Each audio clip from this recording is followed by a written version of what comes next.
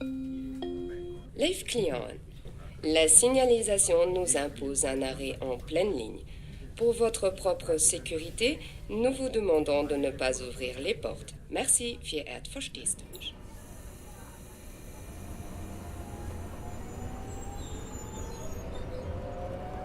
C'est marrant, depuis qu'on a le cours de poésie visuelle, j'ai l'impression d'en voir partout. Ouais. Ah ouais, tu vois, tous ces points là qui se suivent, qui créent du mouvement, mais qui ont pas vraiment de référent, mais bon, quelque part ils en ont un quand même. Ouais, pourquoi pas. Moi, je vois plutôt une illustration en mouvement du principe du all-over de Jackson Pollock.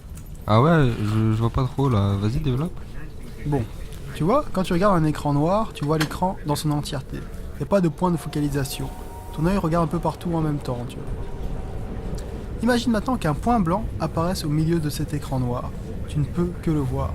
Ton point de focalisation sera alors centré sur ce point blanc en particulier. Imagine maintenant ce point à gauche, à droite, bon bref, tu vois le délire. Imagine maintenant qu'il y ait 2 points, tu verras les 2 points. Jusqu'ici tout va bien. Maintenant imagine que l'écran est rempli de différents points blancs. Là tu ne sais plus regarder. C'est en quelque sorte comme si tu regardais un écran noir, tu vois. En fait, ton œil est incapable de percevoir quoi que ce soit, et c'est un peu ça le all-over de Jackson Pollock. Et c'est un tableau de Pollock ça? Ouais, ça s'appelle Lucifer. Ah ok. Mais bon, après, tu vois, dans la poésie visuelle, il y a quand même une certaine succession, il y a une linéarité. Et souvent représentée par le titre du logogramme, qui lie l'image au texte et donne une sorte de sens de lecture. Ouais, du coup, on pourrait penser à Stan Brakhage. Tu vois qui c'est? Le réel américain là? Ouais, voilà. Bah, tu vois, à la base, le mec, bah, il vient du mouvement surréaliste du cinéma, là. Tu vois un peu le truc? Ouais, des films qui partent en couille. Ouais, si on veut, quoi. Sauf que le délire, c'est que depuis les expérimentations cinématographiques du photographe surréaliste Man Ray, et aussi bah, Un chien andalou de Dali et Buñuel, bah, le cinéma surréaliste n'a pas vraiment évolué, et en soi, c'est encore le cas aujourd'hui. Et c'est qui les grands noms de ce mouvement-là, le surréalisme au cinéma? Bah, déjà, t'as Man Ray et Buñuel que j'ai déjà cité, mais tu peux aussi rajouter Kenneth Anger ou Maya Deren, par exemple. Ah ouais, c'est la femme là qui a fait un film où elle est coincée dans un rêve. Ouais, exact, quoi. Ouais, bon, le truc, c'est que c'est resté principalement des films sur les rêves ou représentant des rêves. Les premiers films de braquage, bah, c'était vraiment ça. Des délires un peu comme ça, tu vois, quoi. Le bonhomme trouvait que ça n'allait pas assez loin. Et petit à petit, il a commencé à s'éloigner de plus en plus du modèle figuratif. Il a commencé à faire des documentaires contemplatifs où il filmait des lieux vidés d'acteurs. Mais même ça, c'était encore trop figuratif. Pour reprendre ses mots, il ne voulait pas filmer des images à regarder, mais l'acte de regarder en soi. Un peu comme Dziga Vertov, sa théorie du glaçail. Comme qui? Ouais, Dziga Vertov. Bon, tu vois, le gars, c'est un cinéaste soviétique du début du XXe siècle. Bon, le mec, encouragé par son gouvernement, il a mis en place une théorie sur la caméra, comme quoi celle-ci serait un peu un espèce de super œil, tu vois, quoi, capable de voir ce qui n'est pas visible. Il aimait bien filmer des trucs improbables à partir de positions impossibles, histoire de rendre l'image encore plus abstraite, tu vois, quoi. Ce genre de plan, par exemple. Bah, Braquage, lui, il allait encore plus loin, quoi. Par exemple, son truc, c'était de travailler à même la pellicule. Il écrivait dessus, il grattait la pellicule, il balançait la peinture sur la pellicule. Il a même fait un truc un peu chelou, là. Il a collé des cadavres d'insectes avec, tu sais, les pattes, les ailes, tout ça, au hasard sur la pellicule, tu vois. Un peu comme si c'était, tu sais, ces machins qu'on laisse pendre durant l'été, où il y a les mouches et les moustiques qui se posent dessus, là. Ouais, je vois, mais ça devait être un peu crade, non, comme truc. Ouais, mais le type était complètement fasciné par ce genre de machin, tu vois. Par la mort, la naissance, je sais pas moi, le glu, le dru, ce qui suinte, ce qui flotte, ce qui vole, ce qui pousse, ce qui se consume. Un autre truc qu'il aimait bien faire, c'était du montage attractif. Des trucs un peu comme ça, tu vois, une succession d'images où t'as une fleur, puis boum, bah c'est une bombe. On avait un peu vu ça avec Toré, je crois. Ça n'a pas de sens littéral, mais plutôt un sens figuratif. Un peu comme l'Incipit de Modern Times de Chaplin. Tu vois, le moment où les hommes qui se rendent au travail, qui sont comparés à des moutons, bah ça, tu vois, c'est un exemple typique de montage attractif. Ouais, du montage à la Eisenstein ou Kuleshov. Ouais, c'est des métaphores cinématographiques, des hyperboles ou des oxymores cinématographiques.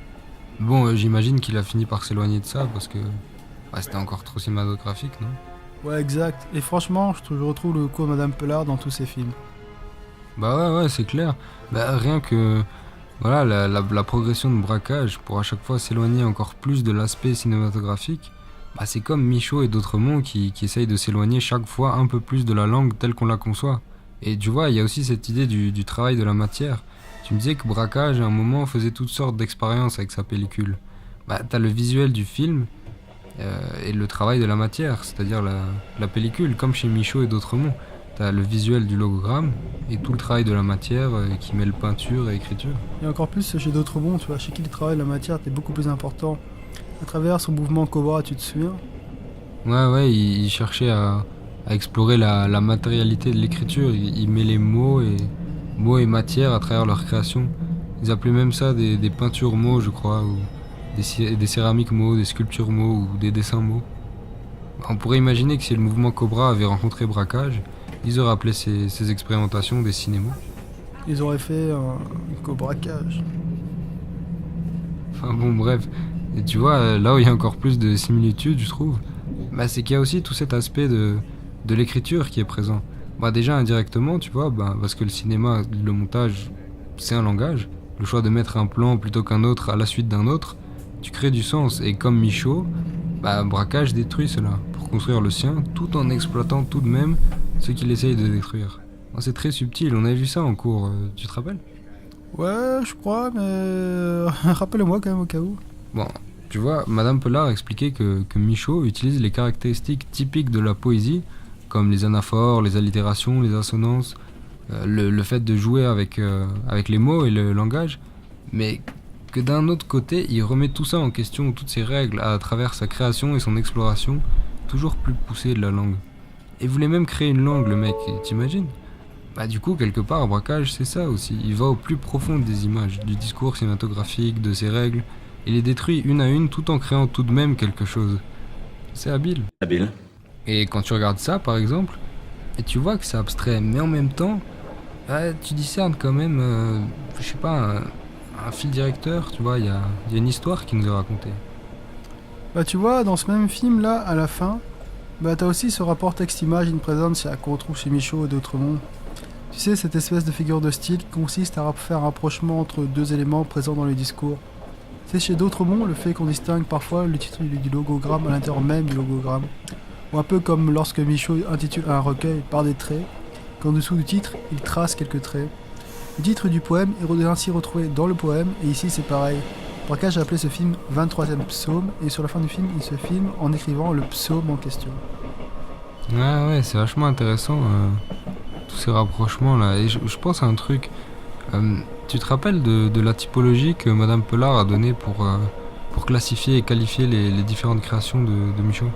Ouais, il y avait les pictogrammes merveilleux, les idéogrammes, les ismographèmes. Ouais, voilà, c'est ça. Ah, je me rappelle maintenant. Bon, bah, tu vois, bon, j'y pense là, hein, mais quelque part, on peut appliquer ces termes à Braquage.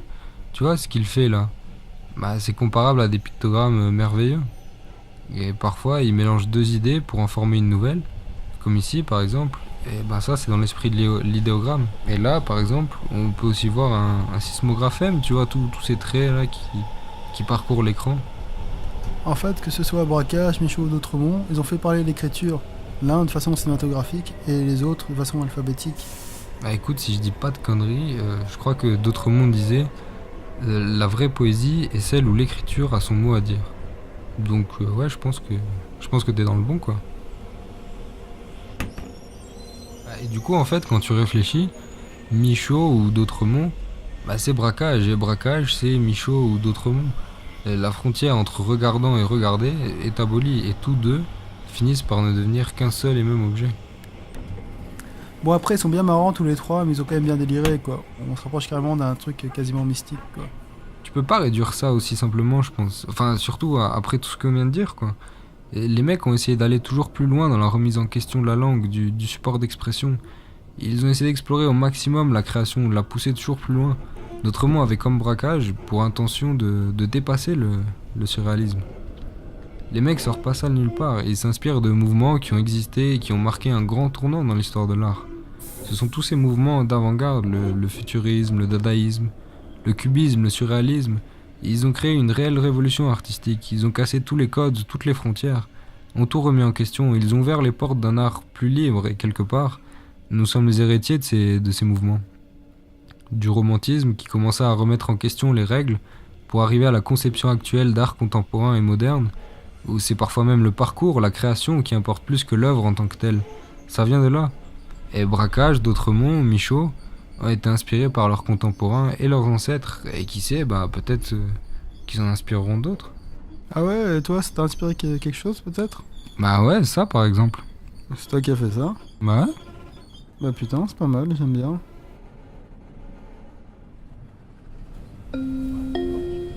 Belval Universiteit. Belval Ah putain, Universiteit. déjà.